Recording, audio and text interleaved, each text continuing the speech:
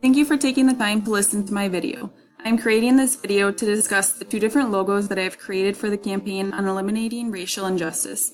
Landra states that a logo is a unique identifying symbol. Providing immediate recognition, a logo represents and embodies everything a brand, entity, or individual signifies. The size of each logo is transferable to numerous items including bumper stickers, signs, and t-shirts. I chose the size because it is easy to read and transferable to multiple locations. Module 3, Communicating with Icons, states that the size of visual elements must be easily seen in large or small screen sizes. I kept this concept in mind when designing both of the logos.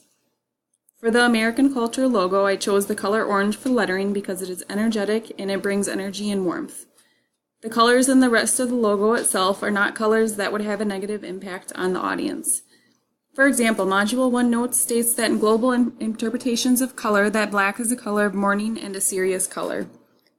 This would not be essentially appropriate for promoting this cause. For the Indian Culture logo, I chose a yellowish-orange color that incorporates very popular colors in India.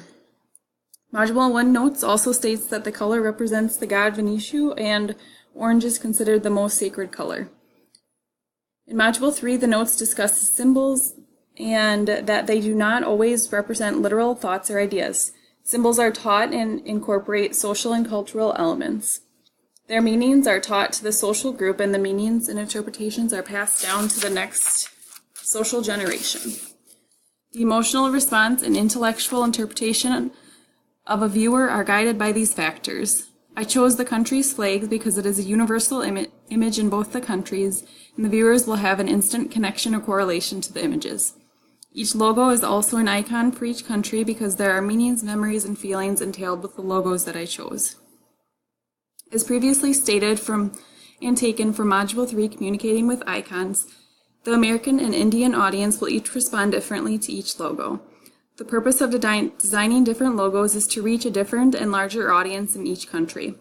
If I would utilize the American logo in India, they would not respond to it as much because it is not relatable or familiar. The colors will also affect the way that the two cultures respond to the logos. Each color means something different to the culture, so it is an important aspect of designing the logo. Each of the elements that I discussed, including color, size, and meaning, are equally important in creating a successful logo that will reach a large audience.